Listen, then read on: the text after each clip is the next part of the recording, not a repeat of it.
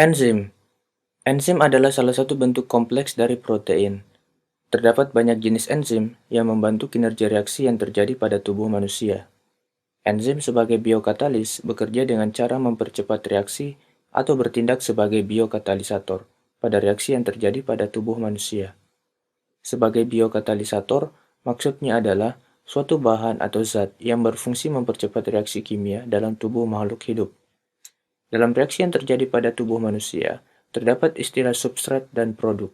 Substrat adalah suatu molekul awal yang terdapat di tubuh yang nantinya akan berikatan dengan enzim yang nantinya dikonversi oleh enzim menjadi produk.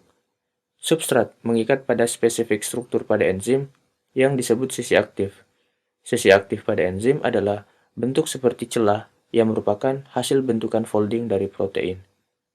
Pada saat substrat berikatan di bagian sisi aktif, enzim yang diistilahkan dengan enzim substrat atau ES kompleks, yang kemudian setelah berikatan atau bergabung, ES ini akan dikonversi menjadi enzim produk kompleks atau EP kompleks. Lalu dihasilkanlah produk dan kemudian pada fase akhir, enzim terpisah atau terlepas menjadi enzim bebas dan produk terbentuk. Bagaimana enzim bekerja? Coba kalian perhatikan grafik berikut. Grafik ini berisi tentang hubungan antara energi bebas dan progres reaksi yang terjadi pada substrat. Dalam reaksi, ada yang disebut reaktan pada fase awal, yaitu pada simbol A, kemudian dalam proses akan menuju ke produk, atau disimbolkan B, atau fase akhir. Pada kurva grafik ini, terdapat juga fase transisi, atau fase perantara, yaitu ketika sedang terjadi proses konversi dari substrat ke produk. Sebelum lanjut, ada konsep dasar energi yang akan saya jelaskan, yaitu tentang energi bebas. Energi bebas simpelnya merujuk pada jumlah energi yang dibutuhkan untuk terjadinya suatu reaksi, atau dalam konsep enzim, jumlah energi yang dibutuhkan untuk mengkonversi reaktan menjadi produk. Untuk merubah menjadi produk, pada dasarnya dibutuhkan energi untuk memutuskan ikatan-ikatan antar atom. Energi yang dibutuhkan untuk melakukan pemutusan-pemutusan ini disebut energi aktivasi.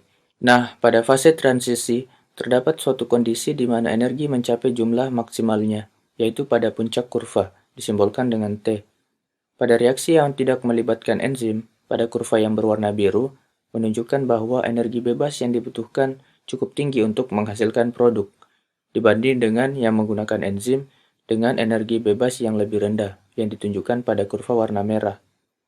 Nah, dari sinilah enzim menunjukkan kerjanya, yaitu mempercepat reaksi dengan cara menurunkan energi aktivasi yang dibutuhkan untuk menghasilkan produk. Yang menariknya adalah, dengan menggunakan atau tidak menggunakan enzim, tidak ada perbedaan antara jumlah energi bebas yang diperlukan pada fase awal untuk sampai ke fase akhir, yang disimbolkan oleh delta G. Yang membedakan hanyalah jumlah energi aktivasi yang dibutuhkan dalam proses konversinya. Perspektif lain dalam memahami kinerja enzim ini adalah dengan menganalogikan ketika anak kecil yang masih harus dibantu dalam membuka baju oleh ibunya. Dalam proses membuka bajunya sendiri, karena harus membiasakan melipat tangannya secara acak, lalu memposisikan kepala agar sesuai jalur keluar bajunya, sehingga dibutuhkan energi yang lebih untuk melakukannya. Dan bahkan terkadang juga masih gagal. Ya enggak? Saya yakin, waktu kecil, kalian mungkin mengalami kesulitan ini juga, sehingga membutuhkan bantuan ibu untuk melakukannya. Dalam analogi ini, ibu bertindak sebagai enzim, dan anak kecil yang masih belajar memakai baju adalah sebagai substrat. Dan hasil ketika anak itu sudah bisa membuka baju secara cepat dengan bantuan ibunya adalah produknya. Jadi hasilnya atau produknya adalah anak kecil itu bisa melepaskan baju tanpa harus menggunakan energi berlebih, dengan bantuan ibu sebagai enzimnya.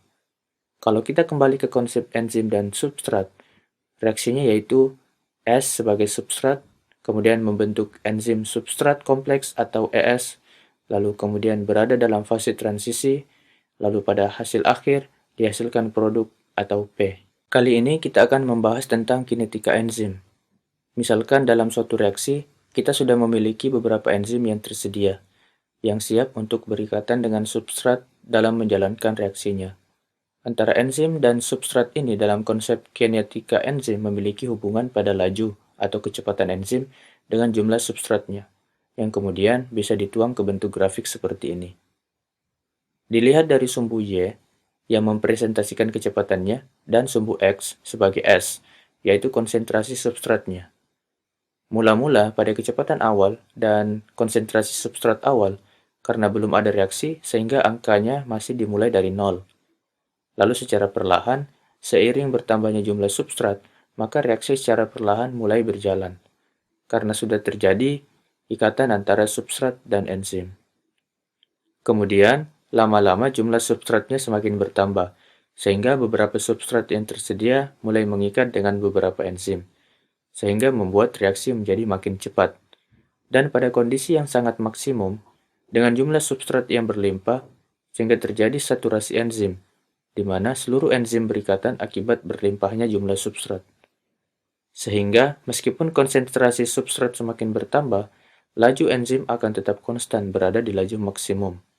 Pada kondisi ini, seberapa banyak pun substrat yang ditambahkan, lajunya akan tetap atau konstan berada di titik Vmax atau kecepatan maksimum. Hubungan antara laju reaksi dengan konsentrasi substrat ini dituangkan dalam konsep kinetik Michaelis-Menten. Simpelnya, model Michaelis-Menten menjelaskan tentang laju reaksi yang terjadi pada enzim yang secara reversible berkombinasi dengan substrat, membentuk ES kompleks, yang kemudian menghasilkan produk.